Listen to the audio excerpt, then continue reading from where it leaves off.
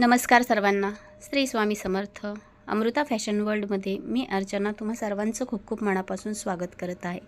इथे आज जो व्हिडिओ आपण बघणार आहोत तो व्हिडिओ आहे जुन्या साडीपासून म्हणजे टाकाऊपासून टिकाऊ असं युनिक काहीतरी इथे मी बनवण्याचा प्रयत्न केलेला आहे.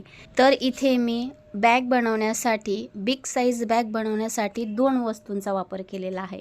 एक म्हणजे जुनी साडी आणि एक म्हणजे तांदळाची जी रिकामी गोणी असते त्या गोणीचा इथे मी वापर केलेला आहे. त्यापासूनच इथे मी मोठ्या आकाराची बिग साईजमध्ये लेडीज बॅग बनवलेली आहे.